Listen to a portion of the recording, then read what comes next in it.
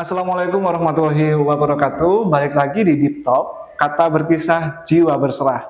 Setelah kemarin kita mendengar cerita banyak dari RA Harapan Bangsa, cerita-cerita seru. Nah, kita akan beranjak ke jenjang yang lebih serius tapi tetap seru, yaitu Madrasah Ibtidaiyah. Sekarang saya sudah bersama Kepala MI Ma'arif Beko, Ibu Sri Indah. Apa kabar Ibu? Selamat datang. Alhamdulillah sehat. Alhamdulillah baik Ibu. Baik, usia MI ini kan usia masa transisi Ibu ya, dari RA ke terutama kelas 1 ya, kelas kecil 1, 2, 3 mungkin ya. Iya. Dari usia RA yang masih manja, kemudian masuk usia MI, masuk MI harus sudah mandiri. Nah, di momen bulan puasa ini bagaimana MI untuk mensiasati anak-anak ini tetap mandiri, tetap kuat beribadah dan seterusnya. Itu bagaimana Ibu? Iya. Oke, terima kasih ya atas pertanyaannya. Jadi memang masa transisi dari dulu masih manja di RA, kemudian di SD itu memang harus butuh komitmen bersama. Terutama orang tua juga Bapak Ibu guru. Yang pertama itu diajak untuk belajar mandiri. Mandiri. Iya, mandiri dan bertanggung jawab. Apa itu mandiri dan bertanggung jawab? Ya, pertama ketika mengantar anak sekolah, memang kalau sudah berada di madrasah itu tanggung jawab penuh terhadap madrasah. Jadi kalau misalkan ada anak yang diantar nangis, kemudian orang tua biasanya kan kalau nangis itu kan kayak nggak tega, nggak tega. Kami harus menunggu nih di tempat belajarnya. Itu sebenarnya itu malah kurang melatih kemandirian. Jadi biar udah diserahkan ke guru, nanti insya Allah guru yang akan membimbing dan mendampingi sampai anak itu diam, tidak menangis. Nah, bagaimana caranya? Ya kita harus itu tadi harus komitmen bersama dengan orang tua. Ya terutama kalau tentang ibadah ini, terutama puasa. Nah ini kan baru kemarin, hari Senin kemarin masuk tanggal 23 itu dari yang awal puasa masih kecil ya, itu kan memang harus belajar dulu dari dulu belum puasa, sekarang udah puasa, ya kita harus untuk ya sedikit memaksa untuk puasa karena masa kecil itu memang harus diajak untuk puasa. Yang pertama mungkin dari beduk dulu lah. Puasa beduk dulu. Nanti selanjutnya kalau beduk itu kok sudah sudah kuat, nanti dilanjutkan sampai asar dan sampai maghrib. Memang itu harus diajarkan dari sejak dini. Jadi memang bertahap Ibu ya. Bertahap, memang harus konsisten dan tanggung jawab untuk ya mempertahankan biar anak itu biar terbiasa. Nah, tadi kan ada beberapa anak tadi yang misalnya nangis itu, terutama kan yang rentan kelas 1, 2, 3 Ibu ya. Nah, saya ingin menanyakan mungkin ini Bu, MI atau SD itu kan rentan usianya lumayan jauh ya, dari kelas 1 sampai kelas 6. Nah, untuk membedakan mentreatment terutama kedisiplinan, kemudian mereka berlatih berpuasa atau tetap taat beribadah selama bulan puasa dengan rentan usia yang berbeda itu bagaimana Ibu? Ya, itu yang pertama kita melakukan gerakan ibadah. Kalau sholat duha sudah sering setiap hari kita lakukan, itu kami bedakan untuk yang kelas bawah dan kelas atas. Kenapa? Karena memang kalau yang anak kelas 1 dicampur dengan kelas 6 otomatis ya terjadi kesenjangan. Dan anak juga kelas 1 itu belum siap berhadapan dengan yang kelas atas. Bahkan pernah ketika sholat duha itu, kalau dulu pernah bareng gitu ya, itu akhirnya ada yang anak kecil yang kadang ditendang, kadang diambil pecisnya. Anak kelas 1, kelas 2 itu takut mau mau mengejar anak yang kakak kelas atau mau menyampaikan, melaporkan, itu takut. Nah, sehingga kami melihat yang seperti itu kan kami merasa ya nggak nyaman kalau melihat. Akhirnya kami sendirikan untuk tempat ibadahnya. terutama untuk yang kelas 1 2 itu nanti tempatnya di bawah di gazebo kantin itu, kemudian yang kelas 3 ke atas itu di aula. Itu untuk biar sholatnya yang pertama khusyuk dan nyaman. Terus kemudian yang selanjutnya ibadah yang lain itu dari segi tadarus. Nah, untuk ibadah untuk puasa ini memang awal itu ada tadarus bersama ketika masuk, dan ada literasi juga. Literasi untuk membaca apa, yaitu membaca atau kami terapkan micro learning.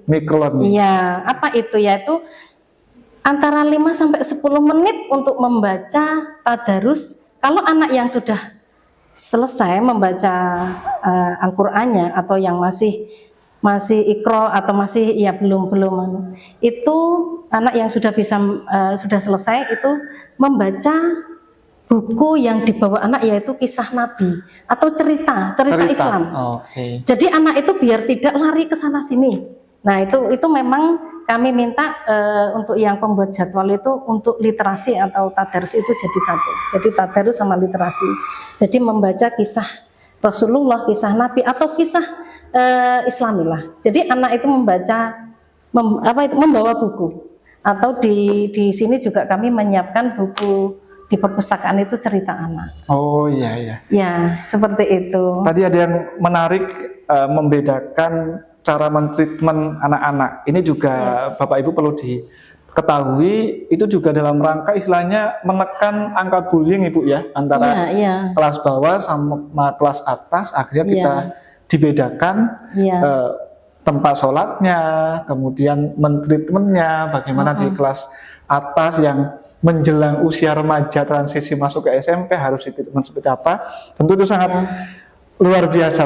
Artinya Bapak Ibu guru di MI sangat effort sekali Bu ya untuk bagaimana kondusivitas ibadah, kemudian pembelajaran bisa berjalan lancar.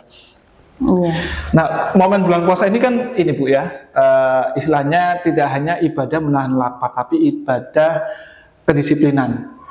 Nah, kalau saya lihat tadi kami keliling itu kan siswa-siswa dari pagi sudah mulai aktif, mulai tadi ada sholat duha, kemudian ibadah-ibadah lain.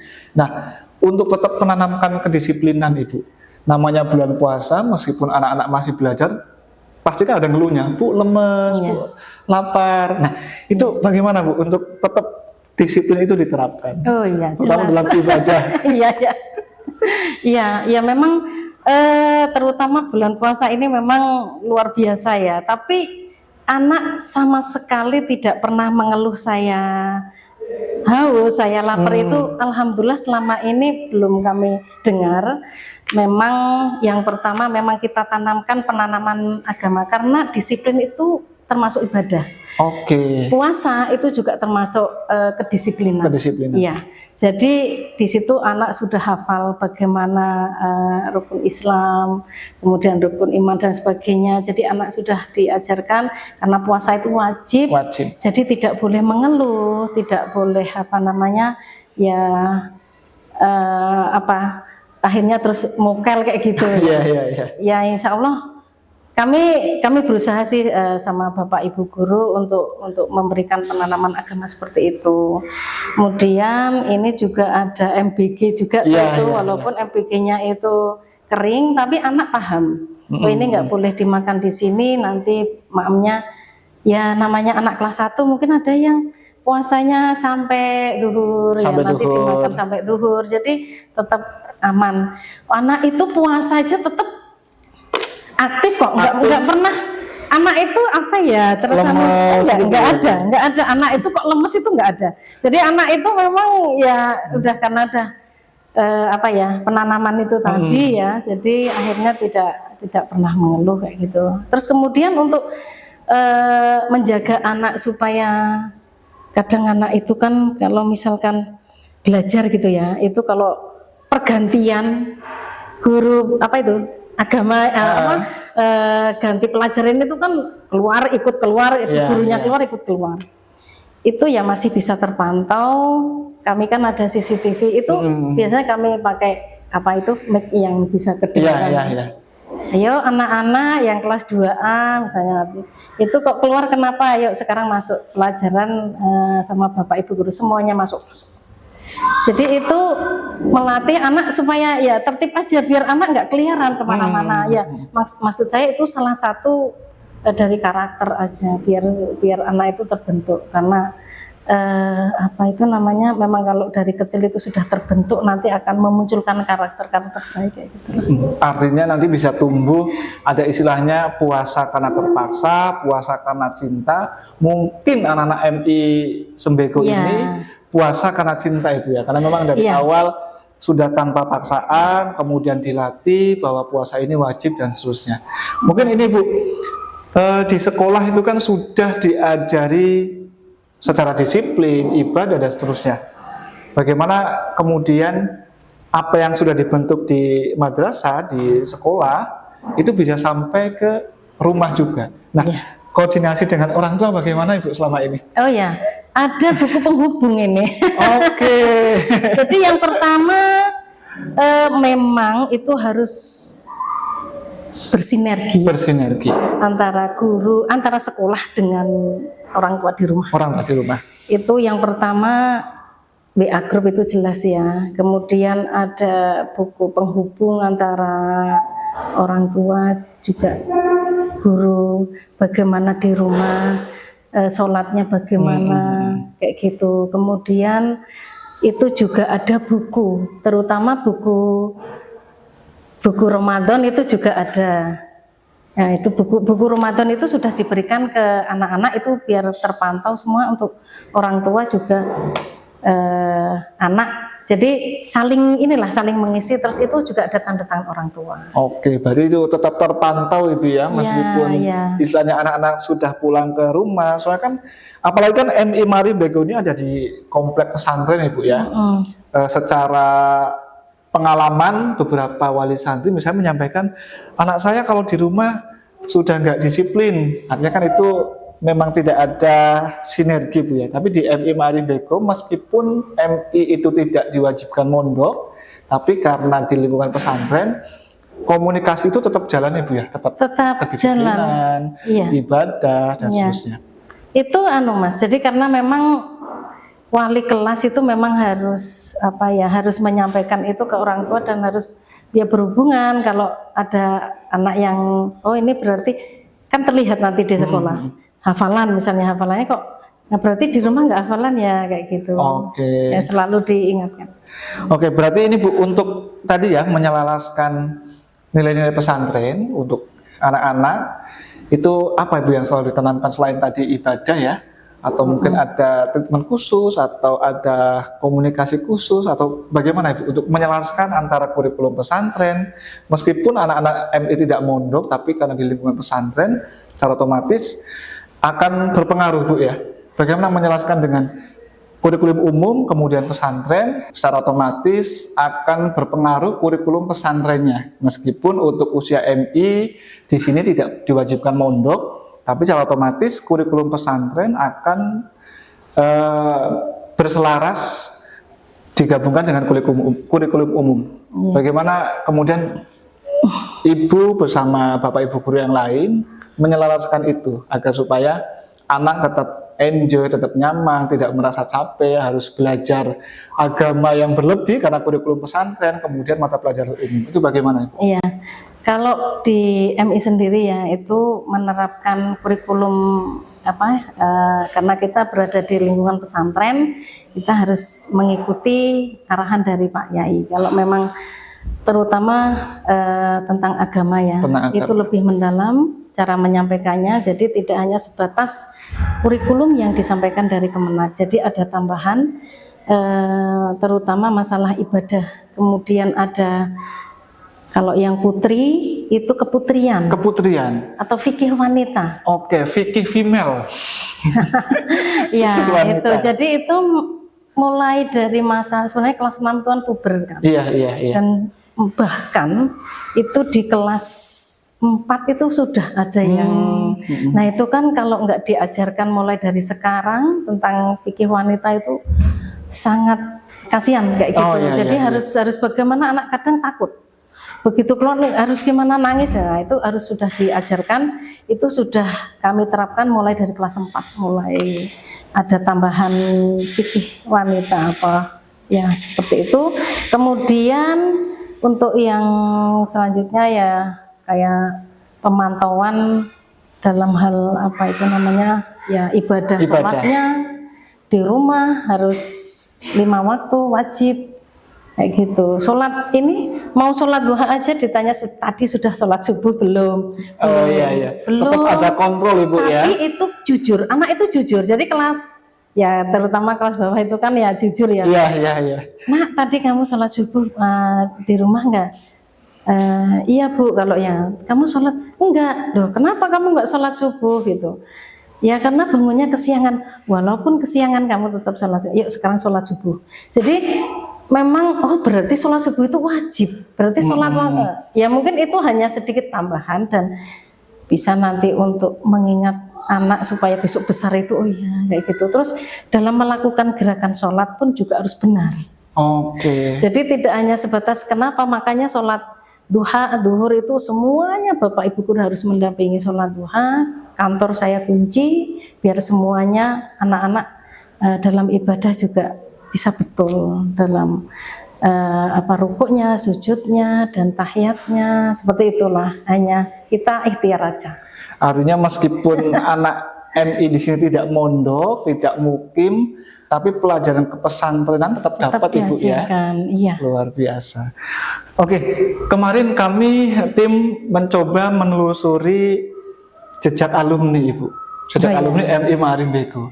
Kami kemarin sangat tercengang ketika ada testimoni alumni dengan video backgroundnya sepertinya bukan di Indonesia Ibu. Iya, di Rusia. Iya, ternyata itu sedang melanjutkan kuliah S2 di Rusia. Iya. Dari testimoninya menyampaikan banyak hal di luar pelajaran yang didapatkan, kedisiplinan, kemudian akhlak dan seterusnya. Iya. Berarti memang itu bagaimana Ibu? Sampai kemudian ada alumni sampai jauh ke sana masih ingat bagaimana dia diajari oleh guru-gurunya. Iya,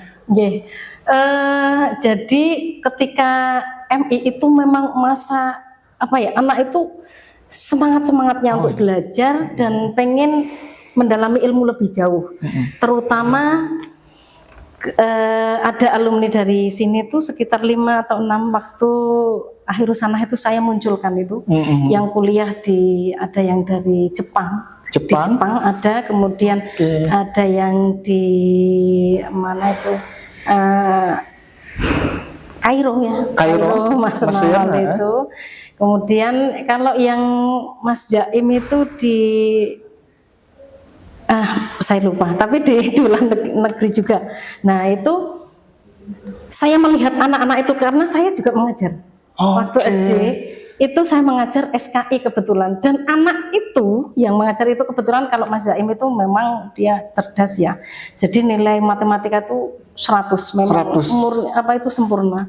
Kemudian kebetulan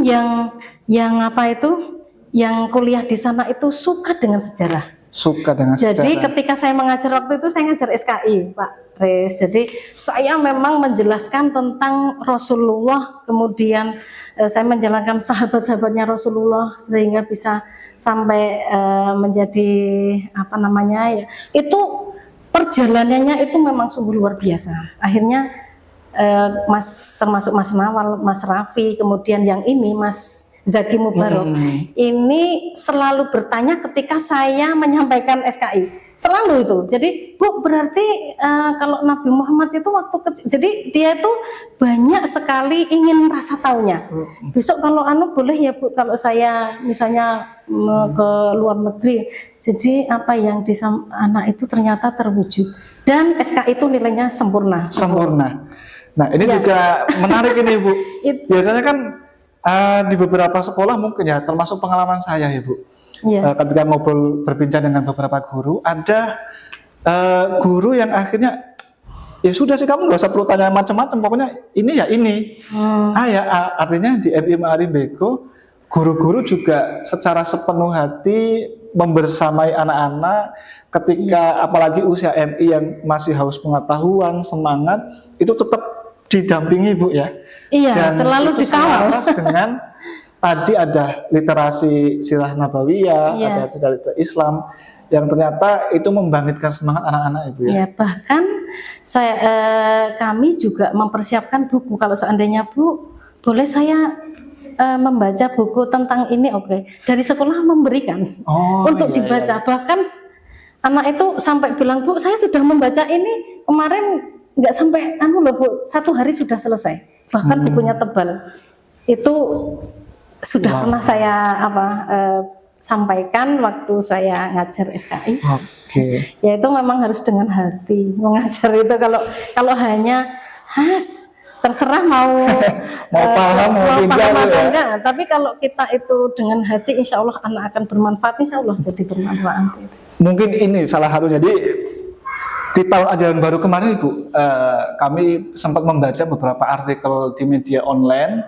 Ada beberapa sekolah dasar, bahkan sekolah dasar negeri Ibu, yang sampai kekurangan murid. Nah mungkin ini jawaban yang akhirnya saya temukan kenapa MI Ma'arif Bego selalu penuh, selalu antri. Ternyata guru-gurunya luar biasa, ibu kepalanya luar biasa, memanajemen sedemikian rupa. Bagaimana Ibu dengan fenomena berita-berita kemarin, ada beberapa sekolah yang sampai kekurangan murid, bahkan tidak sampai 10 orang Ibu ada itu di Sleman, MI Ma'arif Bego di Sleman. Bagaimana Ibu kemudian MI tetap eksis dengan usia yang lumayan sudah lebih dari 30 tahun Ibu ya? Iya, saya juga alumni sini. Oh iya, beliau juga alumni sini ternyata Bapak Ibu. Iya. Bagaimana untuk menjaga eksistensi MI di tengah persaingan yang luar biasa, di tengah persaingan bahwa ada beberapa SD yang kekurangan murid, tapi MI Ma'arif Bego tetap konsisten selalu penuh muridnya Ibu. Bagaimana dengan Ibu model itu? Bismillah.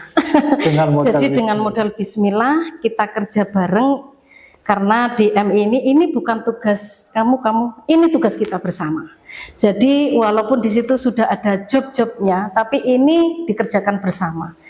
Kemudian kita juga harus punya punya tantangan dan punya gebrakan. Bagaimana gebrakan itu? Ya muncul dari ide-ide Bapak Ibu guru yang masih muda-muda. Oke. Bagaimana? Biasanya saya panggil Bapak Ibu, terutama PPDB, tim PPDB itu saya panggil. Gimana PPDB, apa yang mau sampaikan ke masyarakat? Bagaimana masyarakat bisa sekolah di sini? Nah, ini ada gebrakan apa?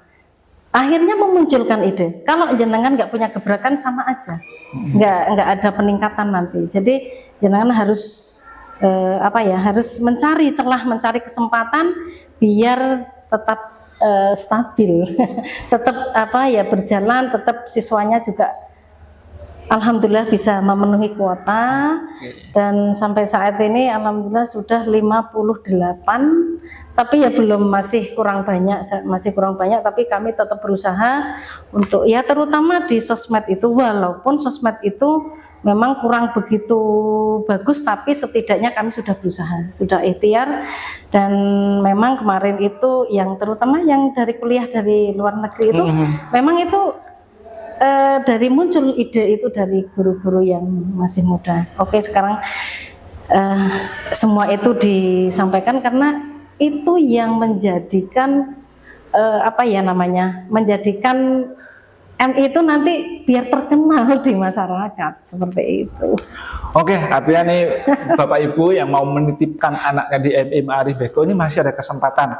Dengan tadi kurikulumnya, pembelajarannya, guru-gurunya, bagaimana mendampingi dengan sepenuh hati, itu tentu bagi Bapak Ibu yang mau menitipkan itu menjadi satu hal syarat utama agar anak nyaman, agar anak tercapai keinginan dari orang tua, bisa ngaji, kemudian ibadahnya tertata dan seterusnya. Oke, baik Ibu, ini ada segmen terakhir tanya jawab cepat. Oh iya. Oke ya, Ibu. Oke, siap Ibu ya? Insya Allah. Hafalan lancar atau pemahaman agama yang kuat?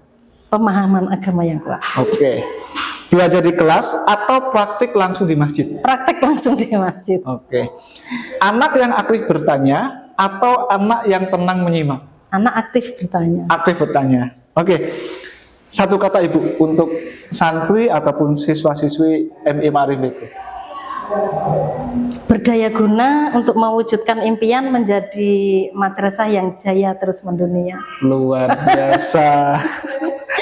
Oke, terima kasih Ibu Indah atas responnya. Terima kasih kami sudah diterima, dan tentunya sekali lagi Bapak Ibu yang mau menitipkan anaknya jangan ragu-ragu, ini adalah pilihan utama salah satu madrasah ibtidaiyah di Sleman yang wow, prestasinya luar biasa, alumninya sudah sampai ke luar negeri dan testimoninya masih ingat pembelajaran yang ada di MI Ma'arif Beko, terutama keagamaannya.